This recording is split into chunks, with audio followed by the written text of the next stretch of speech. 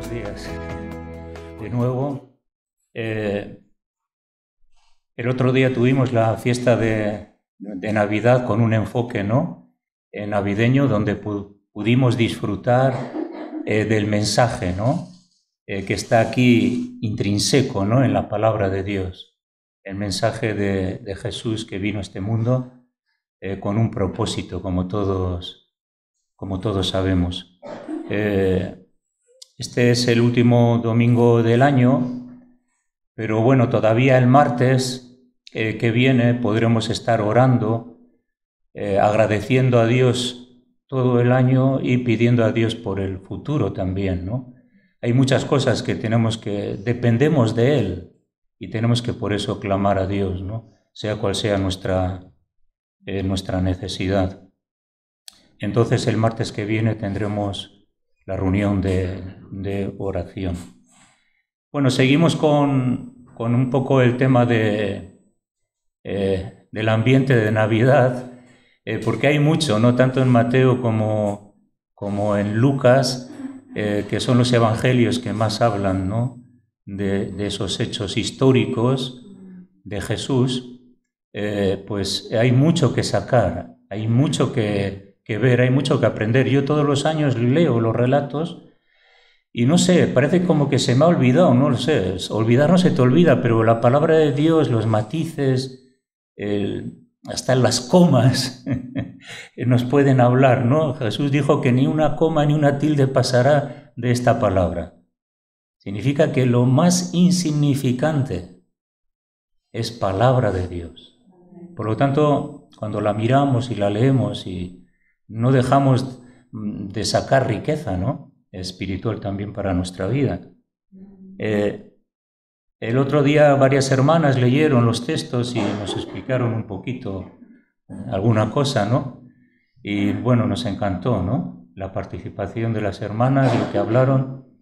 Y no es fácil, ¿verdad?, a veces pero tenemos que aprender a compartir y hablar, ¿no?, lo que el Señor nos ministra y nos habla, ¿no?, con sencillez, ¿no?, porque no se trata de sorprender a nadie, porque no queremos sorprender a nadie, ¿verdad?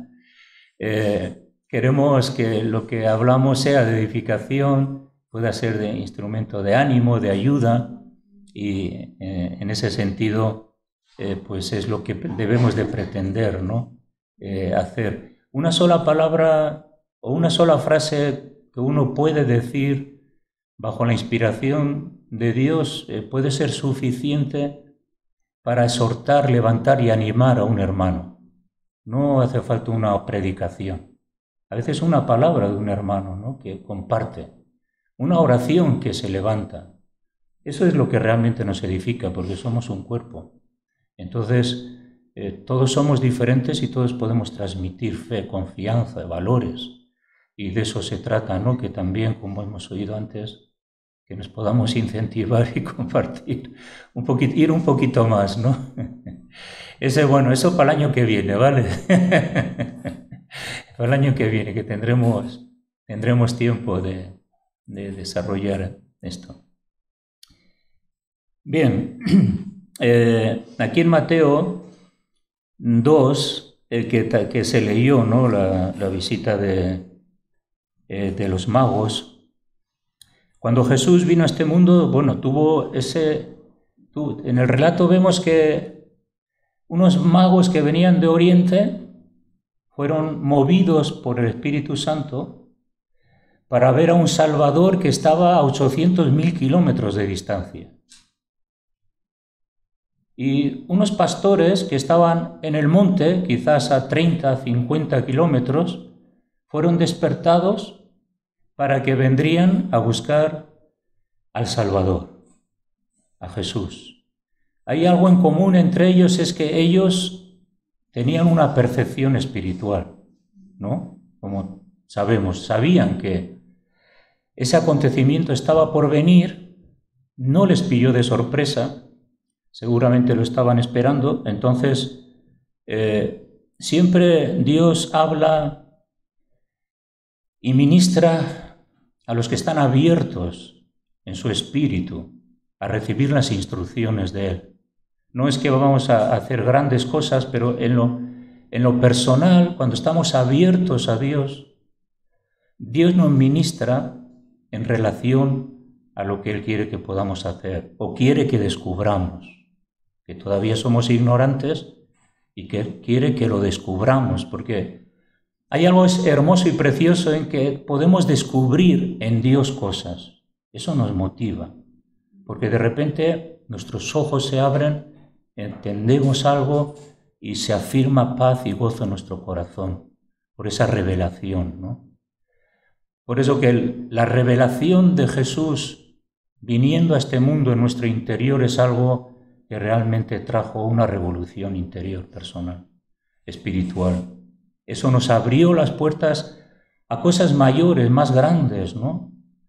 Cosas las cuales Dios nos va hablando, nos va ministrando, nos va instruyendo, vamos conociendo a Dios. Conocer a Dios es toda la vida, pero necesitaríamos la eternidad para conocerle. Pero la eternidad está allí y allí la vamos a conocer, ¿no? Necesitamos toda una eternidad para conocerle.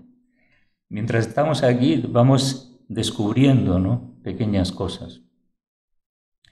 La característica de los magos es que su estrella hemos visto, ¿no? Como la estrella fue la guía por la cual ellos pudieron llegar al lugar, ¿no? Estos magos no son como los magos que hoy en día conocemos, ¿no? Pues eran personas, filósofos y personas astrólogos, y estos magos además eran gentiles, no pertenecían al pueblo judío. Significa que los gentiles, el no judío, escuchó, discernió la voz de Dios. Eso habla de que el Evangelio no era exclusivo para un pueblo, sino era para los gentiles también, cosa que los judíos, que incluso a los discípulos de Jesús les costó entender. Pensaban que era una raza especial, un llamado especial a ellos. Sí que lo tenían, pero no eran los únicos por los cuales Jesús vino a este mundo. Vino para salvar a todos, ¿no? Lo que aquí dice... Lo que dicen los magos y de cuando descubren las Sagradas Escrituras en Mateo 2, 6, vemos que vinieron de muy lejos. El testimonio del Antiguo Testamento, lo que es el testimonio de toda la historia de Israel desde Abraham, cuando leemos a Abraham, Isaac, Jacob, vemos a José, Moisés, vemos que el testimonio ese fue un testimonio tan impactante en una tierra tan pequeña que llegó a las naciones. Y eso es lo que Dios le dijo a Abraham. En tu simiente serán benditas todas las familias de la tierra. La simiente de Abraham es Jesús. Pero bueno, tardaron pues 4.000 años desde que Dios le dio la promesa a Abraham, 4.000 y pico años, ¿no? Pero vemos que Dios se quería glorificar. Cuando Dios, a través de Moisés, sacó al pueblo de Egipto, Dios le dijo a Moisés que se quería glorificar y quería que las naciones verían que Él es Dios.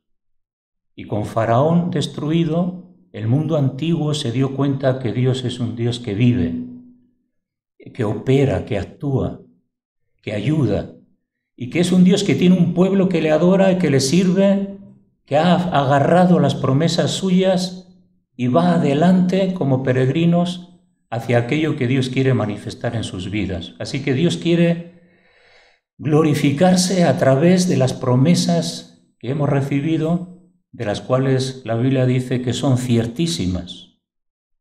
Sea el hombre mentiroso y Dios veraz. El hombre no cumple muchas veces, pero Dios sí que cumple sus promesas. Y cuando vemos la historia del Antiguo Testamento nos damos cuenta que Dios siempre ha sido fiel en la historia. Él ha estado siempre en la historia. Él nunca ha dejado a su pueblo. Él siempre ha estado interesado en sus cuidados, su ayuda, dirección, conforme a las promesas que Dios le había dado. Las promesas de Dios sobre Abraham fueron en varias fases. Y vemos que Dios iba confirmando a Abraham en relación a su obediencia, iba confirmando que realmente Dios quería confirmar sus promesas a través de Abraham. Especialmente hubo un momento en la vida de Abraham que Dios le dijo: sacrifícame a Isaac. Le estaba diciendo: dame toda tu vida, entrega todo lo que amas, consagra todo lo que quieres. Y si leemos la historia ahí en Génesis, vemos que Abraham tenía fe y él dice: las promesas de Dios se van a cumplir. Y Dios vio esa fidelidad y esa prueba, y justamente después de esa prueba Dios le dice: de cierto te digo, Abraham, que en ti serán benditas todas las naciones de la tierra, por cuanto me has obedecido. Y entonces había un mundo antiguo que conocía la historia de Dios, la historia de Moisés, la historia de Abraham, conocía la historia de Noé, conocía todas las historias del Antiguo Testamento, porque Dios estaba dando testimonio a las naciones con un pueblo que creyó y confió. Y se manifestó su fidelidad, ¿no? Y dice aquí que tú, Belén, de la tierra de Judá, no eres la más pequeña entre los príncipes de Judá, porque de ti saldrá un guiador que apacentará a mi pueblo Israel. Cuando los magos van a donde Jesús, porque aquí ya Jesús ya no estaba en la cuna, ¿no? Estaba en otra casa. Habían pasado 2 años desde que los pastores fueron a Belén hasta que los magos vinieron. Pasaron 2 años. Cuando los magos vinieron, el niño Jesús tenía 2 años. No era bebé ya, ¿no? Bueno, y estaban en una casa, no estaban en el pesebre. Y entonces pasaron 2 años, ¿no? La historia bíblica es una historia que se revela a través de hombres y mujeres que son capaces de escuchar a Dios, en un mundo a veces que está involucrado en su propia vida y que no discierne las cosas que están aconteciendo alrededor. Entonces, de ti saldrá un guiador que apacentará tu Belén, un pequeño pueblito. De ti va a salir un guiador. O sea que Dios eligió lo más humilde, lo más sencillo, un pueblito. Cuando los magos vinieron no hallaron ningún palacio, pero ellos sabían que era el rey, era el Señor. Los magos no adoraron a Herodes, sino que no confiaron en él y se fueron por otro camino porque sabían que les quería matar a su hija, al niño Jesús, ¿no? Pero sí que adoraron a Jesús, sí que se postraron, eran conscientes de quién era Él, eran conscientes que detrás de ese niño pequeño había un Salvador, un guiador y un apacentador. Un guía es una persona que te abre camino en la oscuridad, que te saca de donde estás perdido, que te guía a lugares seguros, un guía. Hoy en día, si queremos ir a algún sitio que no conocemos, necesitas un guía, porque te puedes perder, ¿no? Pero este mundo necesita un guía, porque en medio de este mundo el hombre y la mujer, las naciones necesitan una salida, porque están perdidos, porque están temerosos, porque no saben qué acontece, qué me va a acontecer, quién soy, de dónde vengo y a dónde voy a ir. Hay un total desconocimiento de las cosas y el hombre sabe que necesita una guía en medio de tanta información, en medio de tantas situaciones específicas, en medio de todo este mundo, un guía, alguien que le oriente bien, que le lleve al lugar correcto, al lugar preciso. Pero también dice que este guiador será un apacentador. Sabemos que esto sale de lo que es el pastoreo, ¿no? El pastor apacienta a sus ovejas. ¿Cómo las apacienta? Les guía a buenos pastos, aguas cristalinas, y les promociona un lugar de descanso, un corral o un lugar donde las ovejas a la noche pueden dormir y descansar, y donde el pastor está vigilante. El hombre necesita que alguien les apaciente, que les dé buenos alimentos, que no coman la basura, el horror de las teologías, de las filosofías y de lo que es la vida de este mundo. Entonces alguien que les dé agua fresca, agua limpia, algo que les siente bien. Y sobre todo el hombre necesita que alguien que se sienta amados. El hombre necesita el amor de Dios. Sin el amor de Dios, el hombre no está apacentado, no está seguro, no tiene descanso, no tiene paz. Necesita ese amor de Dios, que es muy trascendental, hasta lo más profundo de nuestro corazón hacia el futuro, ¿no? Que nos apaciente. Dentro de lo que es el apacentarnos, nos habla también de un camino seguro, estable, firme, donde en cualquier momento aquel que nos apacienta nos va a dar lo que realmente necesitamos, ¿no? Entonces, vemos que una Jerusalén y tanto Jerusalén como que dentro de Judea ignoraron este acontecimiento, ¿no? No se dieron cuenta realmente que estaba pasando. Sí que había un mover de un cierto despertar, pero muchos ni se inmutaron, porque vemos que solamente algunas personas llegaron allí, identificaron al Mesías y no se habla mucho más, ¿no? No se habla mucho más. Sí que aparecen aquí en Lucas, sí que aparece Simeón y Ana, también dos de las personas que también tenían en su interior tenían ese convencimiento, ¿no? De que el cumplimiento de las promesas de Dios se están dando a conocer. Y ellos fueron capaces de discernir ese tiempo y de darse cuenta de que cómo pudieron identificar a ese Jesús, ¿no? Cómo le pudieron identificar. Y pudieron darse cuenta de que Él es el Salvador, ¿no? Así que, por un lado, los pastores, por otro lado, los magos. Los pastores tuvieron una tremenda revelación de un ángel, ¿no? Pero lo que los ángeles confirmaron en su interior era lo que ellos también estaban esperando, ¿no? Los pastores enseguida se apresuraron a ir a Belén y buscaron qué es lo que se había manifestado. Y dice que fueron apresuradamente, rápidamente. No se lo cuestionaron, no esperaron. Cuando Dios nos empieza a hablar, tenemos que apresurarnos. Tenemos que esforzarnos para ir a ese encuentro, a eso que Dios nos quiere revelar. Y cuando nos empieza a hablar, lo importante es la obediencia, ¿no?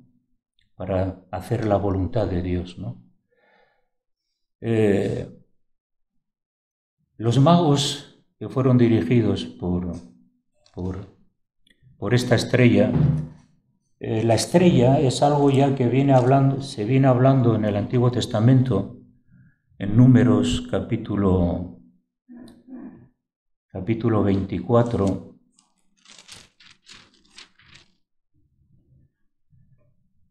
versículo 17 dice: lo veré, mas no ahora, lo miraré, mas no de cerca. Dice, estrella saldrá saldrá estrella de Jacob, y se levantará un cetro en Israel.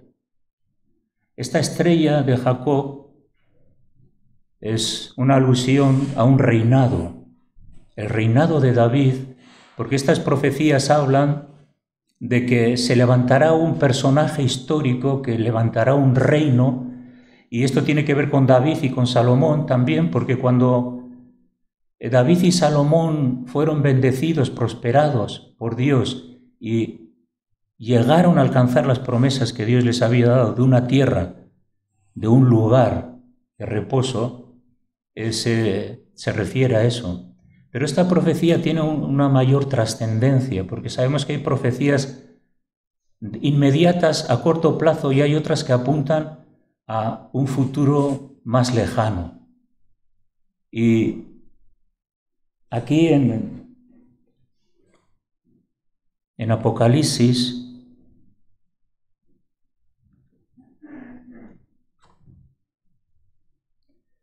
capítulo 2, versículo 28,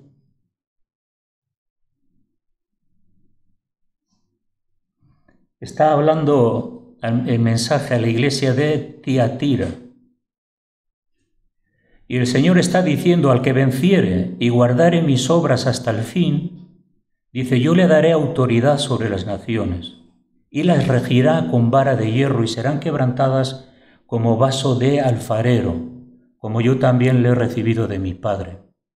Aquí está hablando de ese reino que, aunque con David se cumplió, con Salomón se cumplió, y que el reino de Dios a través de Jesucristo ha venido, hay todavía por establecerse otros niveles proféticos que tiene que ver con el reino terrenal, el milenio, y con el reino celestial. El gobierno de Dios va a ser un gobierno implacable en el sentido que Él va a gobernar.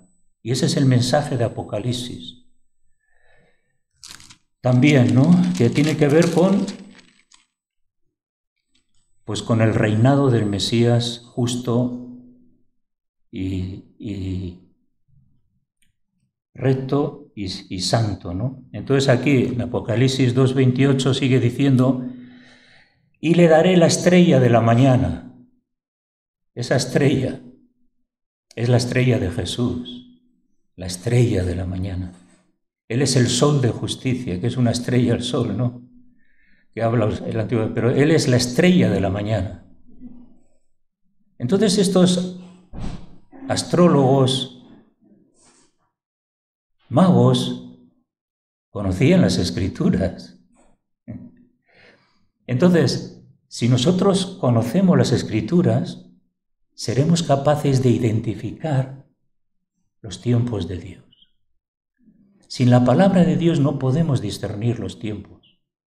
Y necesitamos conocer la palabra de Dios para discernir los tiempos y la época y el momento. Y cuando somos llenos del Espíritu Santo, el Espíritu Santo nos ministra. Y leemos su palabra, nos afirma, nos capacita. Es como esa instrucción y capacitación de Dios para que nosotros seamos hijos que entienden y comprenden y saben. Él es la estrella de la mañana, pero aquí cuando también habla en Apocalipsis 22:16,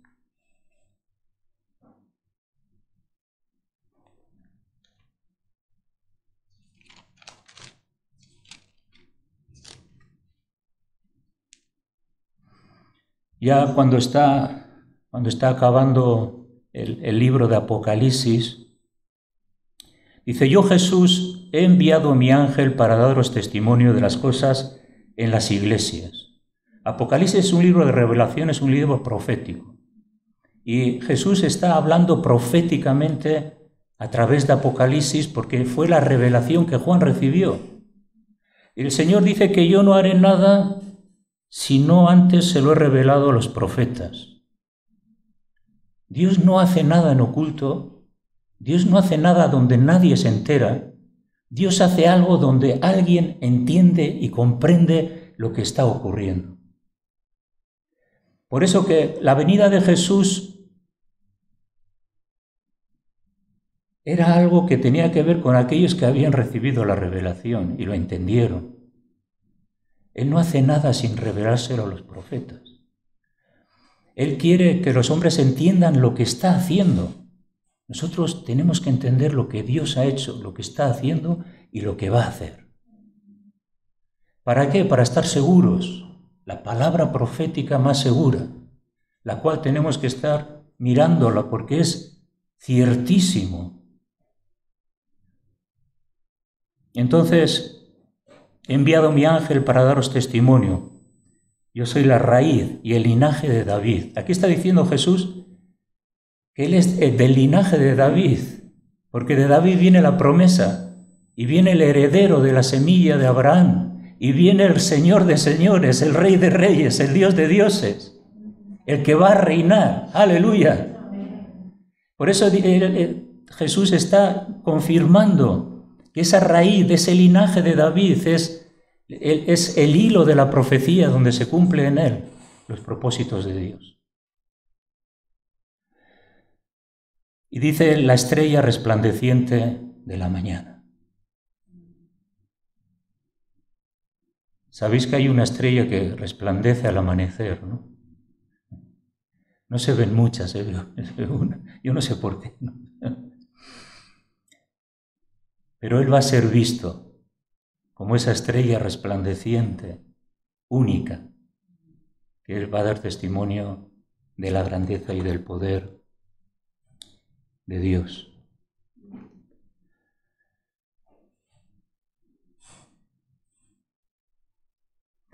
Claro, hicieron un tremendo viaje, pero yo creo que les mereció la pena. Yo creo que cuando nos acercamos a Jesús, a veces no tenemos que hacer viajes físicos, pero sí que tenemos que recorrer un camino que tiene que ver con cosas espirituales. No tenemos que recorrer grandes trayectorias para conocer a Dios, pero sí en nuestro espíritu, en nuestro corazón, tenemos que recorrer ese camino de cercanía hacia Dios, superando obstáculos, asaltando muros, circunstancias, situaciones que nos hacen avanzar y al final nos encontramos con el Señor. Es el ejercicio espiritual que requiere que nosotros tomemos para llegar al lugar que Dios quiere que lleguemos, le podamos descubrir y podamos verle a Él, ¿no? Así que no debemos de reparar en molestias, ¿no? A veces, claro, cuando el Señor nos llama, ya nos incomoda, ¿no? Uy, ya no estoy tan... Uy, porque yo ya sé lo que digo, porque cuando Dios me llamó, no hagas lo que hice yo, ¿eh? Tardé 2 años hasta que me rendí. Yo sabía que Dios me estaba llamando. Miquel, estoy aquí. ¿Cuándo te vas a levantar? ¿Cuándo vas a venir? ¿Cuándo vas a despertar? ¿Cuándo te vas a dar la vuelta? ¿Cuándo vas a dejar ese mundo, ese pecado? ¿Cuándo vas a olvidarte de tus la palabra, de tu vida? Así que no tenemos que reparar, ¿no? Claro, recorrer 800.000 kilómetros para unos magos y esforzarse en conocer al Mesías, eso habla también del deseo de nuestro corazón. Qué importante es que tengamos deseo, como otras veces hemos hablado, de Dios en nuestro corazón, ¿no? Nadie les pudieron dar información, solamente la palabra profética les dio una información segura, ¿no? Y ellos, el deseo que tenían ellos de ofrecerle esos regalos, que en sí no era algo, un capricho, ¿no? Porque en sí esos regalos fue el sustento económico para su familia. Oro, incienso y mirra eran cosas de valor. Y eso fue la forma de también bendecir, sustentar a ese niño, ayudar a los padres para que pudieran ayudar. No tenía otro motivo los regalos. Hoy en día nos hacemos regalos y la cultura del regalo está bien, ¿no? Y sale del texto bíblico. Pero Realmente el regalo se lo merece Jesús. Y lo que Jesús se merece es que nosotros le demos algo. No material, también puede ser, aquí se lo dieron.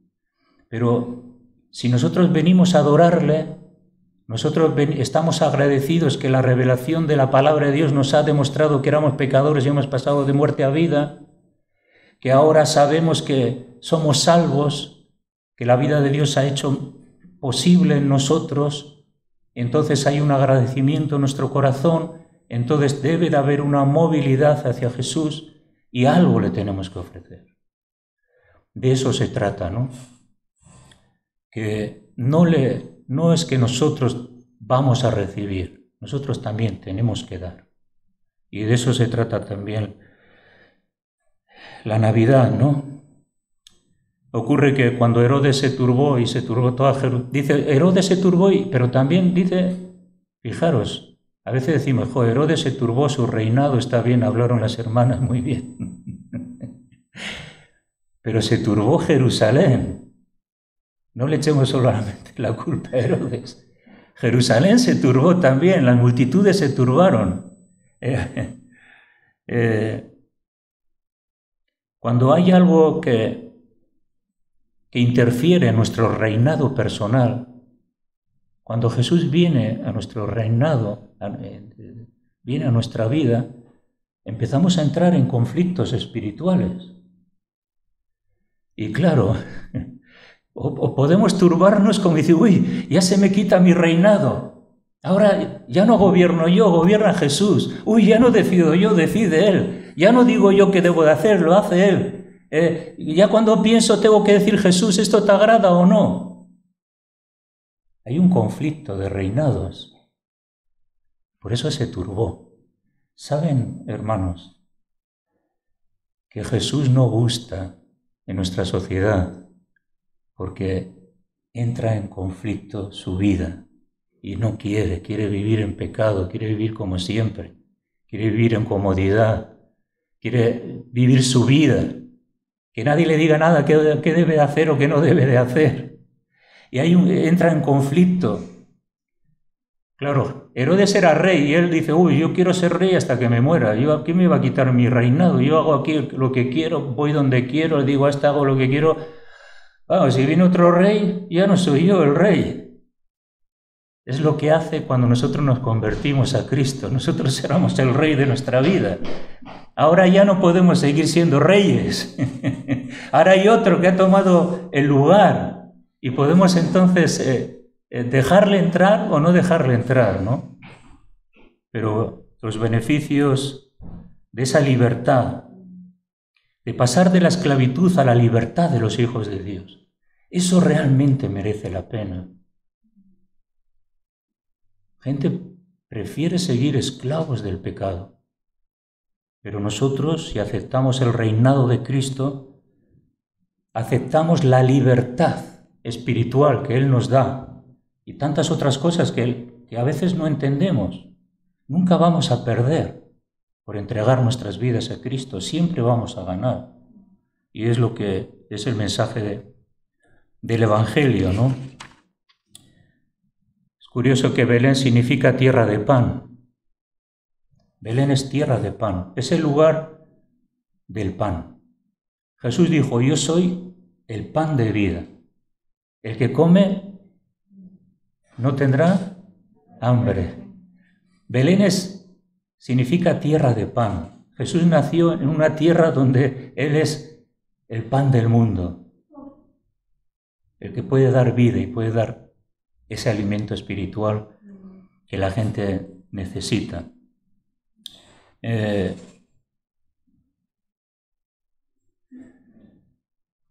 Entonces, pensando en este relato, pensando que hay muchas cosas que descubrir en él, y ya terminando con esta lectura, cuando en Lucas Simeón y Ana tuvieron ese encuentro personal con el Señor, entonces dice así, estar atentos, ya vamos a estar atentos a esta palabra. Y aquí había en Jerusalén un hombre llamado Simeón. Y este hombre, justo y piadoso, esperaba la consolación de Israel. O sea, este varón esperaba un niño, esperaba un cumplimiento profético, pero detrás de este niño, de este cumplimiento profético, él se daba cuenta de la necesidad de consolación. El hombre necesita ser consolado. El pueblo de Dios necesita ser consolado. La consolación viene del Espíritu Santo, pero la palabra de Dios es la que nos consuela. Hay momentos que alguien te puede consolar por una pérdida, pero hay un consolador, el Espíritu Santo. Y ese es el que nos puede consolar. Él esperaba esa consolación. ¿Por qué? Porque veía un Israel lejos, duro de corazón, incrédulo, lejos de las promesas que Dios esperaba. Era un hombre de oración y él visualizaba espiritualmente la necesidad de esa consolación en un pueblo que no le buscaba. Y el Espíritu Santo estaba sobre él y le había sido revelado por el Espíritu Santo que no vería la muerte antes de que viese al ungido del Señor. Aquí hay otra cosa, el ungido del Señor. Aquel rey ungido que iba a traer el verdadero reino. El Simeón lo sabía. Sabía que ese rey, el Hijo de Dios, venía. Era el único que tenía la unción divina para transmitir su reinado y su poder. Entonces vino al templo, cuando los padres del niño Jesús trajeron al templo al bebé para hacer por él conforme al rito de la ley, y Simeón le tomó en sus brazos y bendijo a Dios, diciendo: Señor, ahora despide a tu siervo en paz conforme a tu palabra, porque han visto mis ojos tu salvación, la cual has preparado en presencia de todos los pueblos, luz para revelación a los gentiles y gloria de tu pueblo Israel. Tremendo lo que hay aquí. O sea, era un hombre que discernía y entendía los tiempos, pero sabía todo lo que se avecinaba en el futuro profético que Dios iba a establecer. Algo curioso aquí es que cuando Simeón le ve a Jesús, dice que, Señor, ahora puedes despedir a tu siervo en paz. Como diciendo, Señor, si quieres llevarme ahora, llévame, porque mi vida ya se ha concluido viendo que tus promesas se han cumplido. Despide a tu siervo en paz, Señor. Llévame. O sea, lo importante de su vida era el cumplimiento de la palabra profética. También eso nos habla a nosotros, ¿no? Que deberíamos estar inmersos también con Dios y tener algo realmente importante en nuestra vida. Terminar la carrera bien, ¿no? Y estar preparados en cualquier momento si Dios nos llama también. Eso significa que podemos estar desarraigados de un montón de cosas, viviendo en este mundo como todos los demás, con los afanes, las preocupaciones, el trabajo, pero desprendidos de todo. En cualquier momento podemos decir, Señor, llévame, porque en realidad de eso se trata, de alcanzar la salvación. Sus padres estaban maravillados de lo que se decía del niño. Fijaros, porque se ve también en el relato bíblico que los padres iban asimilando la palabra profética de su propio hijo. Ellos eran conocedores de algo, pero había profetas que le iban ministrando, iban hablando, ellos iban cerciorando, iban entendiendo. Incluso Simeón les profetizó, ¿no?, que iban a sufrir por él, que Jesús iba a ser crucificado. No sé si realmente lo entendieron José y María, pero aquí les dice Simeón, Simeón dijo a su madre María, aquí este está puesto para caída y para levantamiento de muchos en Israel, y para señal que será contradicha. No tenemos tiempo para hablar de esto. Y dice, y una espada traspasará tu misma alma, le dice a María. Claro, luego le vimos a María en la cruz, ¿no? Viendo que su propio hijo era crucificado. Pero ya lo estaba profetizando Simeón. Y María, claro, estaba recibiendo una información de su futuro. Esto nos habla mucho, ¿no?, de que es importante estar involucrados en la obra del Espíritu Santo para discernir, entender, asimilar. Pero bueno, aquí también había otra Ana, profetisa. Esto, si queréis, lo podéis leer y sacar vuestras propias conclusiones, ¿no? Había otra Ana, profetisa, hija de Fanuel, de la tribu de Aser, de edad muy avanzada, pues había vivido con su marido 7 años desde su virginidad, y era viuda, hacía 84 años. O sea, era muy mayor ya, ¿no? Y no se apartaba del templo sirviendo de noche y de día con ayunos y oraciones. Esta, presentándose en la misma hora, daba gracias a Dios y hablaba del niño a todos los que esperaban la redención de Jerusalén. Se presentó en la misma hora y daba gracias a Dios. También una mujer que seguramente los de su época la verían. Se había casado, 7 años casado, se quedó viuda, no se casó más, ¿no? Bueno, el caso es que ella dedicó su vida a una vida de oración, de ayuno e intercesión por su pueblo.